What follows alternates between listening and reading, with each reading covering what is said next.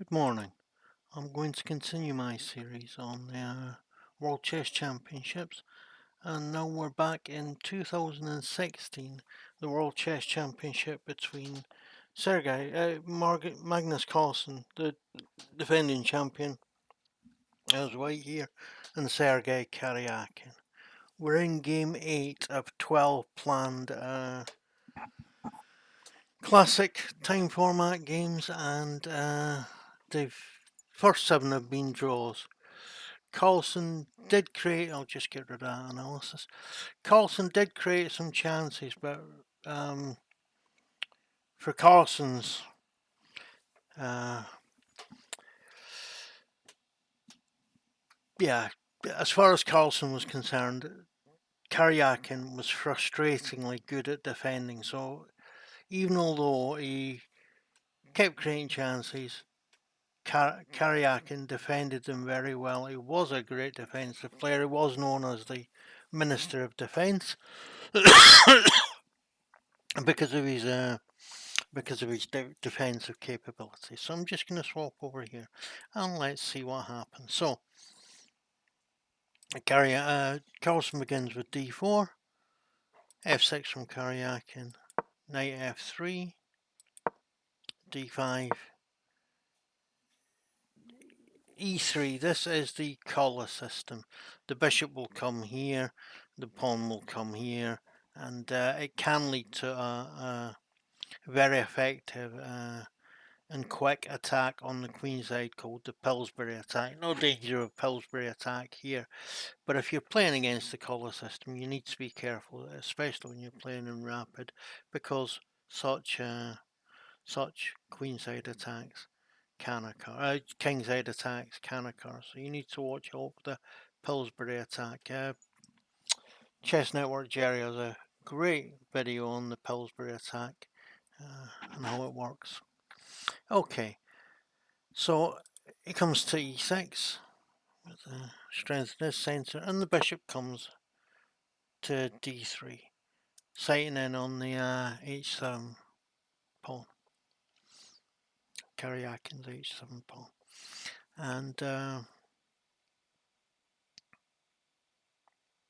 where are we? Yeah, pawn comes to c5,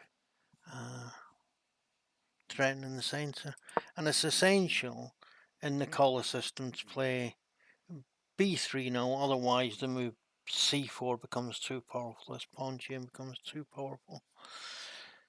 So they both go. Oh no, he plays bishop e7 first, both sides castle, and then he plays b6. So they're both going at the moment for a fianchetto on the queen side.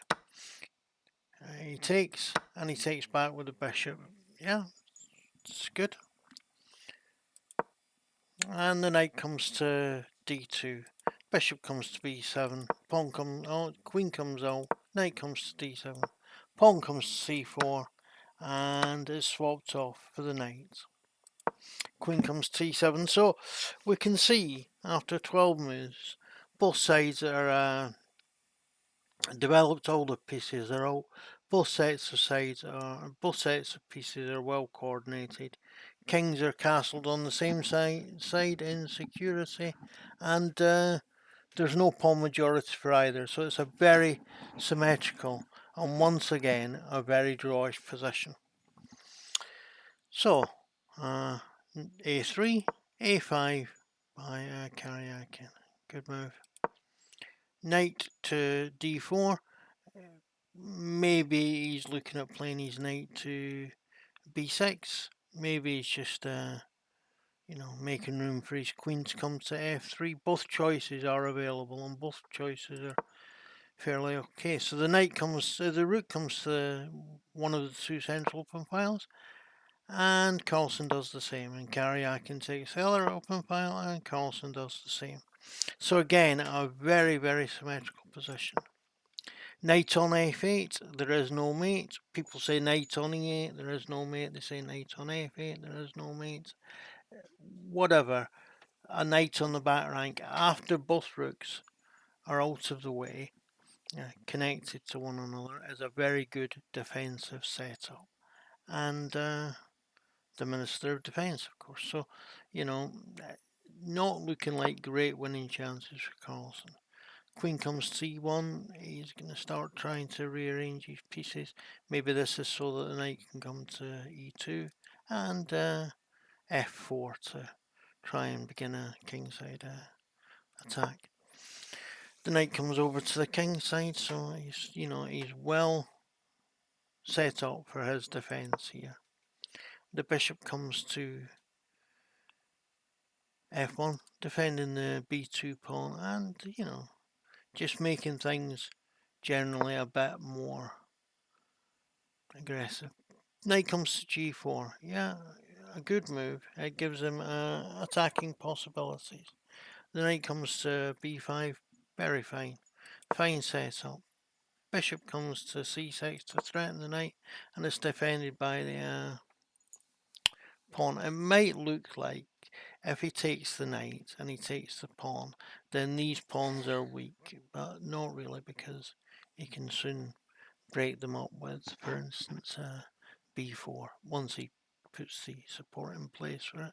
So no, it's not a problem, and so he doesn't take. He'd rather break up the pawns in this way, creating a split pawn structure. So Carlsen ramps up the tension, and the bishop takes on C4, and the rook takes. Yeah, great. But as we can see, with every exchange, a draw becomes more and more likely. And a pair of rooks is exchanged, and he takes with the pawn. He doesn't want to take with the rook, because then he would be conceding the open d file to Karajakin. So he takes with the pawn. He's got split pawns here now. His pawns are in 3 islands, whereas Karajakin's are just in 2. I don't think there's any advantage in it, but it's a structural weakness which probably didn't best please Carlsen, but he really didn't have much choice. Knight comes to F6. He's done his job. Now he might look to come here, might come back here. This looks like a nice juicy square actually, so if he could head to via D7 to C5, it's really unlikely that his position is going to get broken down. So he doubles on the open file, and the rook comes to defend the base of the pawn chain. And now, of course, this also puts a stop to the plan of knight d7 to c5. But knight comes to e5. It can maybe come to c6 and then maybe to b4. It's like a good outpost for the knight. Bishop puts a stop to that. But this pawn is hanging. Problem is if he takes this pawn, yeah, oh no, forget it. So later on, he plays h6. Yeah, and now the knight is chased away and comes back to e7. So obviously he couldn't put the other knight on e7, and now he is threatening to come into the c5 square. And the knight comes to a7, queen comes to a3. Yeah, a bold move by the cautious Karajakin. He is attacking the a5, a4 pawn. And Carlsen attacks the rook, and at the same time attacks the a pawn. He might consider sacrificing the knight for these 2 pawns if you can find a way of doing that. So the rook's attacked, and of course Karajakin finds the ideal defensive square. A great defender, just certainly not trying to support Sergei Karyakin's political views about Ukraine. But, I think it's important to understand things, or try to understand things, from the perspective of the people whose decisions we're trying to understand. Sergei Karyakin was a Born in the same year as Magnus Carlsen, and he was a chess prodigy. He was a very, very promising player as a young man. But in Ukraine, the government didn't support chess in the same way as the old Soviet had, and this was hindering Karyakin's progress. And the Russian government offered him the chance to become a Russian citizen so that he could train in the Russian chess school. And in the same year as Magnus Carlsen, he became the youngest ever grandmaster in the world. It was later on than Carlsen did, but he was some days younger. And after that, he became very, very dedicated to Russia. Is it right?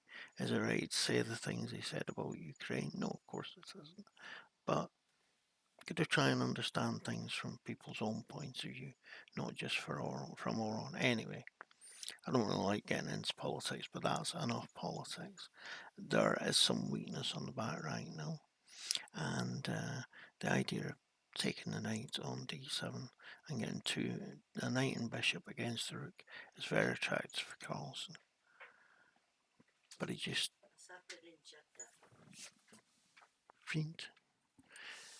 But he just makes his position a little bit safer. He's going to put his king on h2, a safer square before thinking about any attack. Too late, the knight comes to c5, perfect defensive position, and the king comes to h2. Knight takes the pawn on a4, but it isn't really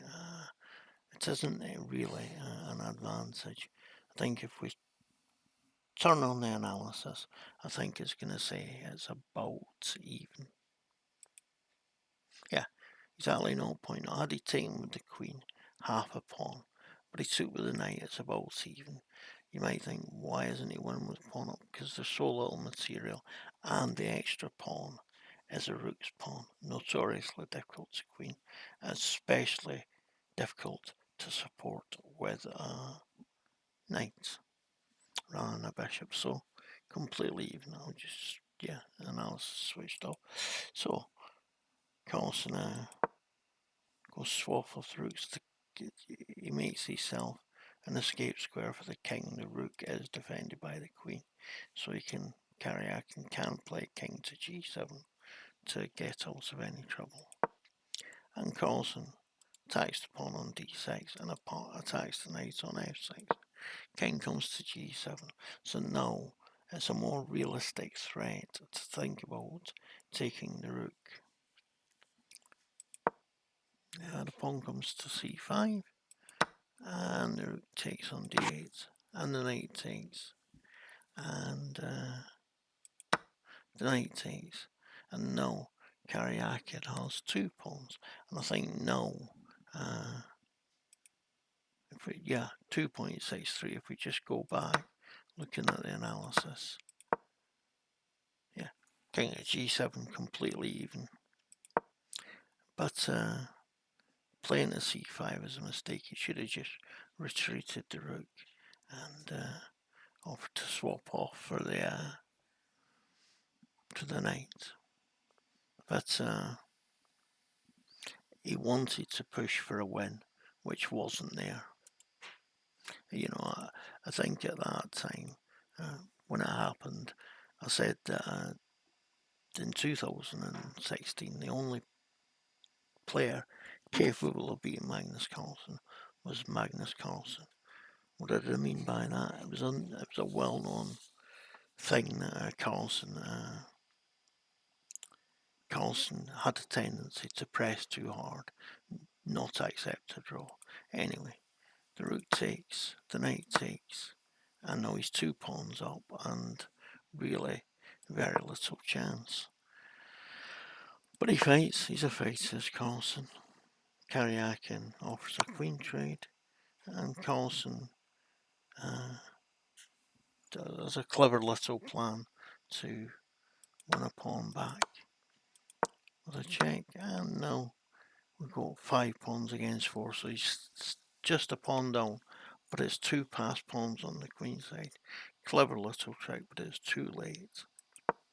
And the pawn comes to a3, soon going to be a queen. If he doesn't do anything, the pawn goes to a5, I think this is quite a mistake from Carlsen, because really he would like to have this bishop being able to stop this pawn, in which case he needs to come to this square.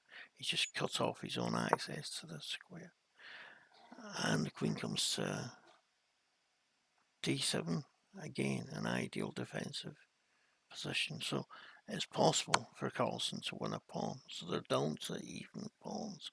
But Karajakin's pawn is just 3 away from queening. And now it's even possible for him to think about going a pawn up. Queen comes to d8, so that he can come to d2 to support the pawn here. Pawn comes to f5, pushes the pawn, and the pawn takes on e6, and the knight comes to g7. Might just about be possible to stop the pawn at this moment in time. Yeah, it's dead level. Karajakin's gone wrong, and it is possible. Very, very complicated, but possible to stop the pawn. So, but e7 is the last error. No, it wasn't that. Yeah, there's a couple more. He made a couple errors in there. Yeah, was it taking that pawn? No. Okay, we'll just leave the analysis on.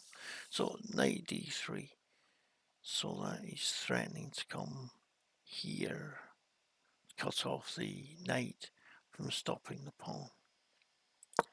And Carlsen goes after the pawn, which is defended by the queen. And the queen comes to c5. Better square to defend the pawn from. He can come here and then come here. And Carlsen comes to a6. And this is a great move by Karajakin. The knight comes to e5, and now the pawn isn't going to move, and getting the bishop in a position to defend against the pawn push to a2 would take 1, 2, 3 moves, and he's not got 3 moves to spare. And that's the last error. Yeah, he should have just tried to hold steady.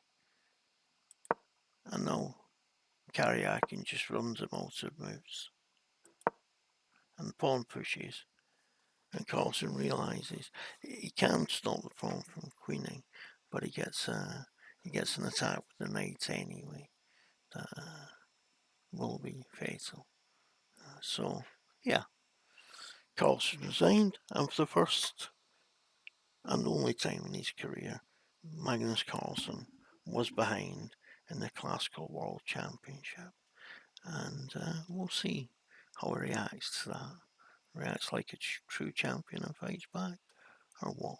Well, we know the story. We know what actually happened, but we'll see how it happened in the next video. Don't forget to like, share, comment, and subscribe to my videos. Thanks. Bye.